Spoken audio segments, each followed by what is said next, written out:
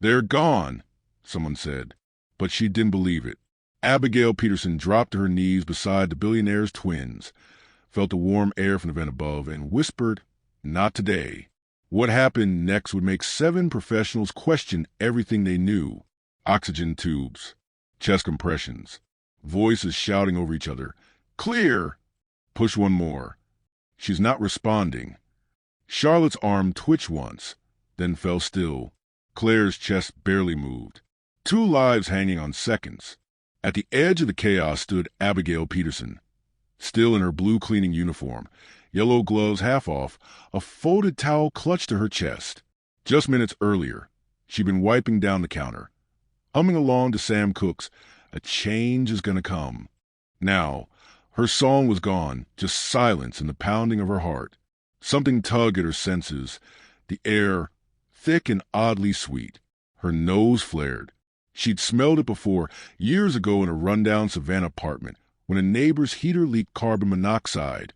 The same sweetness, the same slow suffocation. Her eyes darted to the vent above the twins' playmat.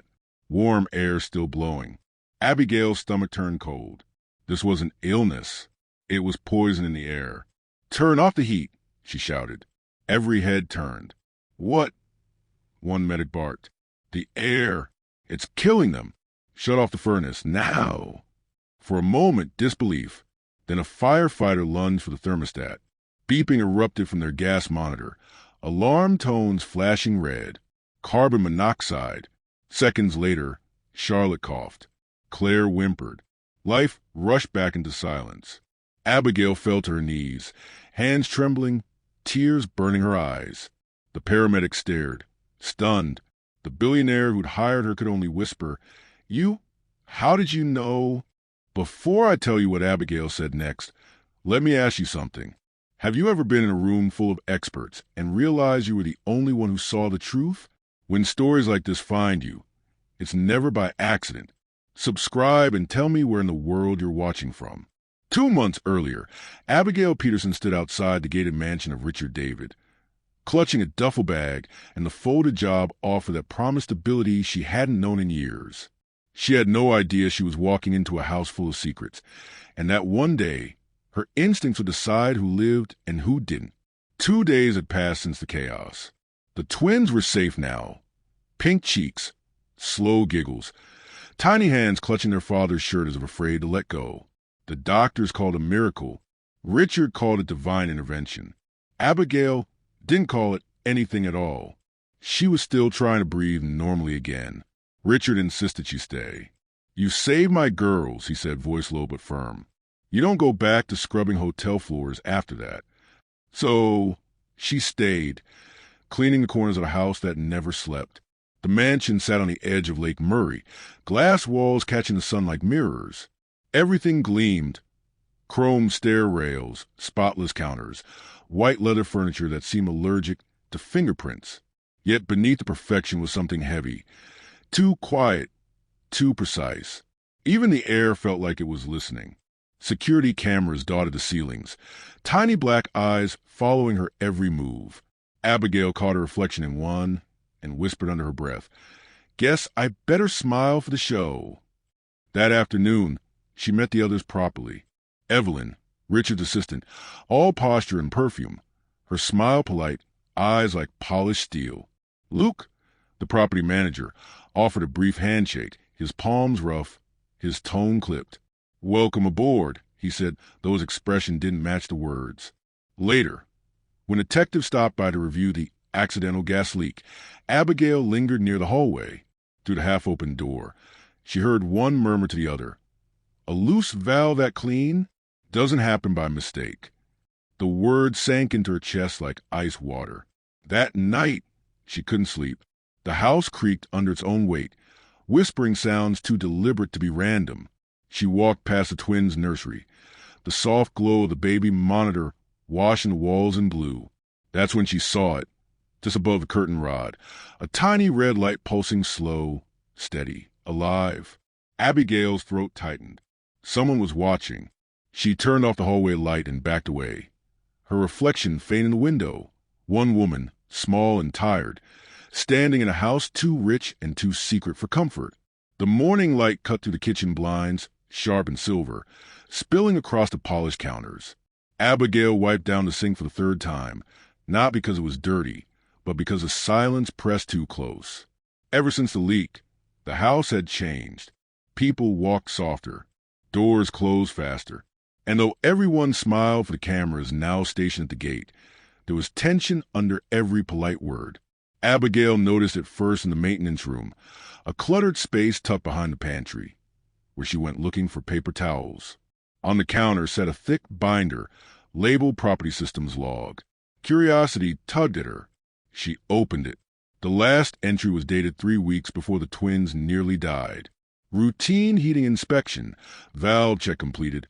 It read, signed by Luke, but another sheet, tucked behind it, listed an emergency service call just 2 days before the incident. Different handwriting, different signature. No record of who approved it. Her pulse quickened.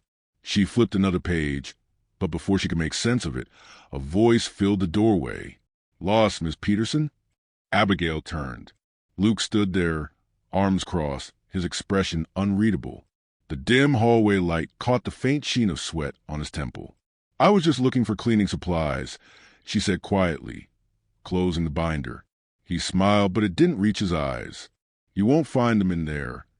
He stepped forward, took the binder from her hands, and slid it back onto the shelf. Then, with a soft metallic click, he locked the maintenance room door.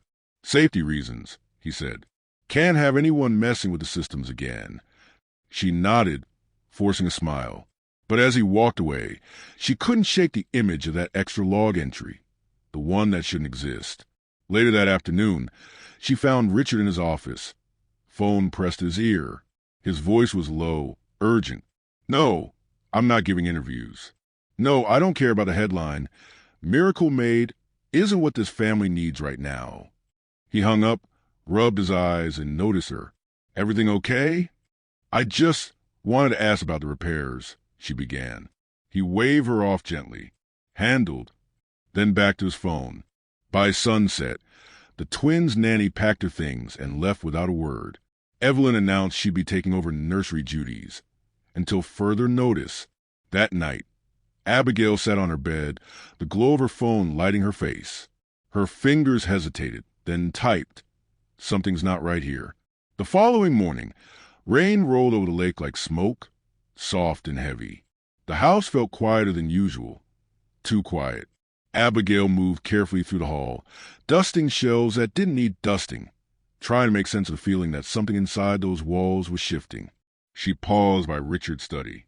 The door was half open, the scent of cedar polish thick in the air. Papers were scattered across the desk, newsletters, financial reports, framed awards. She bent to straighten a fallen picture frame and froze. Inside it was a younger Richard David, smiling beside a steel beam wrapped in a red ribbon. The brass plaque at the bottom read, "David Industries, Cedar Falls Chemical Plant Groundbreaking, 2015. Abigail's brow furrowed. She'd heard that town's name before, Cedar Falls. Somewhere in the back of her mind, it rang a bell. She set the frame down and opened the top drawer to put away a stray pen. A folded newspaper clipping sat inside, edges yellowed with age. She unfolded it. The headline punched her in the chest. "Explosion at Cedar Falls Plant Kills 6. Investigation underway." Below it, a black and white photo of smoke, wreckage, and men in hazmat suits. And there, beneath the text, the line that made her throat tighten. "Victim identified as Aaron Cole, 29, local father, 2. Before she could process it, a voice echoed from a hallway. "Dinner's ready." Evelyn. Abigail tucked the clipping back, heart thudding, and joined them at the dining table. The atmosphere was heavy, filled with the quiet clinking of silverware and the hum of rain against glass. Evelyn sat across from Richard, face calm, tone smooth. "You must be relieved," she said softly. "After all that's happened, a man like you deserves some peace." Richard gave a faint nod, not meeting her eyes. Then Evelyn leaned slightly closer, her voice barely above a whisper. "He doesn't deserve peace. Not after what he did to Aaron." Abigail froze mid-bite. Luke's hand tightened around his fork, jaw clenched so tight she could hear his teeth grind. Richard looked up, startled, but Evelyn only smiled. I mean, after what happened at the plant, you must still think about it. He said nothing. The silence between them felt alive. That night, as Abigail carried laundry down the hall, a faint flicker from the basement caught her eye. The light stuttered, humming low, followed by a metallic creak, like a pipe turning itself. Her breath caught. Someone was down there. Someone was tampering again. The storm came in hard that night. Wind clawed at the windows, rain beating against the glass like fists. Abigail couldn't sleep. The thunder felt too close, too personal, echoing to the halls like something trying to get in or out. She rose quietly, slipping her robe over her shoulders, and padded barefoot toward the kitchen for a glass of water. Halfway down the stairs, she stopped. Voices. Low, tense, urgent. She crouched by the banister. It was Evelyn and Luke. Luke's voice came first, sharp with anger. We waited 10 years for this. 10 years, Evelyn. You said we'd make him understand. Not like this, she hissed back. You almost killed those babies, Luke. You nearly turned us into monsters. Monsters. He let out a bitter laugh. You think I care what we are? Our brother's bones are buried under a field of poison because of that man. You call that justice? Abigail's hand flew to her mouth. Brother. Poison. It clicked. The name in the newspaper. Aaron Cole. Evelyn's voice softened, trembling at the edges. He was my big brother, too. But killing Richard's children won't bring him back. We wanted him to lose everything he built. Not them. Luke slammed his fist against the counter. He needs to feel what Mama felt. You saw her after the explosion. Empty, shaking, half alive. He gets to smile for the cameras, and we're supposed to forgive. Abigail's breath caught. Her heart pounded so hard she thought they'd hear it. Evelyn's voice broke, quieter now. I thought hurting him would heal us, but all it's done is make me hate who we become. For a long moment, the house was silent except for the storm and the ticking of the old kitchen clock. Then Luke whispered, It's too late to stop now. Abigail backed up one step at a time, the wooden stair creaking under her heel. She froze, praying they hadn't heard.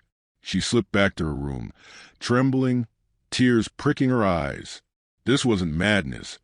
It was grief turned into vengeance. A family destroyed by tragedy, clawing for balance in the wrong direction. She sank onto the edge of her bed, whispering a prayer that no one else would die before the truth came out. How far would you go to make someone feel your pain? If you believe that mercy can be stronger than revenge, stay with us. Because what happens next will test every heart in this story, including yours. Chapter 6. The Confession almost equals 450 words. Morning came gray and heavy. The lake outside blanketed in mist. Abigail hadn't slept. The echoes of that midnight argument still lived in her chest, sharp and restless. She knew what she had to do. She found Richard in his office, the same room where she'd seen the photograph of him standing proud beside the chemical plant sign. He sat slumped over his desk now, sleeves rolled up, coffee untouched, staring at the same papers that had once made him rich. Mr. David, she said softly. He didn't look up.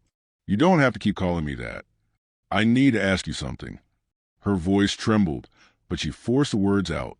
Who was Aaron Cole? The pen in his hand froze. For a moment, the only sound was a faint hum of the air vent.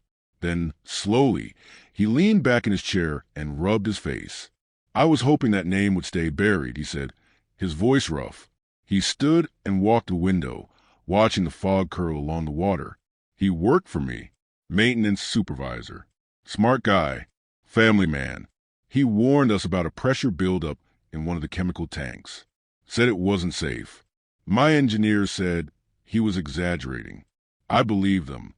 He turned, eyes glassy. 2 weeks later, the tank exploded. 6 dead, dozens injured. Aaron among them. Abigail's stomach turned. I told myself it was a tragic accident, Richard went on. But it wasn't. It was negligence. My negligence. The lawyers settled with the families. NDAs, payout silence. Everyone moved on, except me. He sank into the chair, his voice barely a whisper. I see them at night. The smoke, the sirens, his name on the report. I built this house to escape it, but the walls don't care. They remember. Abigail stepped closer. You think you're the only one who remembers? Someone in this house hasn't forgotten either. He looked up sharply. You mean Evelyn? I think she and Luke were family to him, she said quietly. They're not here to work. They're here to make you hurt. Richard closed his eyes, a tear slipping free. Maybe I deserve it. No, she said firmly. You deserve to tell the truth, to stop hiding. He shook his head. You don't understand what that would cost. Abigail's voice softened. You've already paid more than money can fix. Richard turned toward the nursery door. The twins slept soundly inside, their small chests rising and falling in rhythm. He pressed his palm to the frame, whispering, God forgive me. The storm had passed, but the air inside the mansion still felt electric. Too still, too alert. That night, while the house slept, Abigail crept from her room, phone in hand, her heart pounding like footsteps on hollow wood. She followed the corridor to the locked basement door, where Luke had caught her before. The key she'd stolen from a cleaning cart fit perfectly. The lock clicked open with a sigh, as if the house itself exhaled a secret. The air was damp and cold. The hum of pipes echoed faintly above her. Abigail's phone flashlight cut through the dark, landing on rows of boxes, coils of wire, toolkits, and a faint chemical smell that made her throat tighten. She crouched by the furnace and traced her fingers along the gas line. There, a twist of metal that didn't match the rest, faint tool marks around the valve. She lifted her phone, snapped a photo, then another of the serial number plate. Proof. But when she turned to leave, something caught her eye. Near the wall, an envelope was pinned beneath a rusted wrench. Inside were yellowed newspaper clippings, death certificates, and a family photograph. Abigail's hand trembled as she lifted it. A smiling man in a work uniform, Aaron Cole, stood beside two teenagers, Evelyn and Luke, their faces younger but unmistakable. The truth hit her like cold water. Before she could move, a soft light bloomed behind her. She turned. Evelyn stood at the bottom of the stairs, her phone flashlight casting long, sharp shadows across her face. You weren't supposed to find that, she said quietly. Evelyn, Abigail whispered, voice shaking. You don't have to do this. A second shadow appeared behind her, Luke gripping a heavy wrench, his eyes wild and wet. She knows, he muttered. She knows everything. Hurting his babies won't bring your brother back, Abigail said, stepping back toward the furnace. You'll only destroy what's left of him, and you. Luke's hand twitched, his breath ragged. Evelyn's voice trembled. You think justice just disappears because someone says sorry? I think your brother wouldn't want this, Abigail said softly. You're not murderers. They moved closer, cornering her near the wall. The wrench gleamed under the harsh light. Abigail's fingers brushed against the emergency alarm mounted beside the pipes. Please, she whispered, and slammed her hand against it. The siren wailed to the basement, a piercing cry that shattered the quiet. Upstairs, doors opened, footsteps thundered, and for the first time, the mansion's secrets had nowhere left to hide. The alarm shrieked through the house, echoing off the walls like a cry for justice.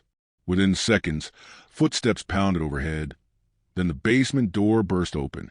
Richard David rushed down the stairs, the beam of a police officer's flashlight slicing through the darkness. His eyes locked on the scene, Evelyn frozen in place, Luke gripping a wrench, Abigail standing between them, trembling but unflinching. Drop it, one officer shouted. Wait, Abigail cried. Please, just listen first. The words hung in the cold air. For a moment, no one moved. Then Luke's voice cracked under the weight of years. He killed our brother, he said. He left him in that factory to die while he built this empire. Richard stopped halfway down the stairs. The color drained from his face. Aaron Cole, he whispered. Evelyn's voice shook. You remember the name? I never forgot it. She laughed, a sound brittle with rage. You should have. Maybe then we could have. Richard stepped forward slowly, hands raised, eyes wet. "You're right," he said, voice breaking. "I destroyed your family. I did. I saw the reports, the warnings. I told myself fixing it would cost too much. And it did. It cost everything." The wrench slipped from Luke's fingers, clanging against the concrete. His shoulders heaved. Evelyn covered her face, sobbing into her hands. "I spent 10 years trying to bury what I'd done," Richard continued. "But no grave is deep enough for guilt. Every night, I heard the explosion again. Every morning, I looked at my daughters and wondered when justice would find me." He turned toward the officers. "It just did." Abigail stepped closer, her voice gentle. "You can make this right, Mr. David. Not by hiding, by owning it." He nodded. "I'll reopen the case. No lawyers. No silence. I'll start a foundation in Aaron's name to protect workers, to keep this from ever happening again." He looked at Evelyn. "If you'll let me." Evelyn's knees gave out, and Abigail caught her, guiding her to the floor. Luke knelt beside his sister, voice barely a whisper. "It was supposed to make him hurt, not make us worse." Richard turned to the police.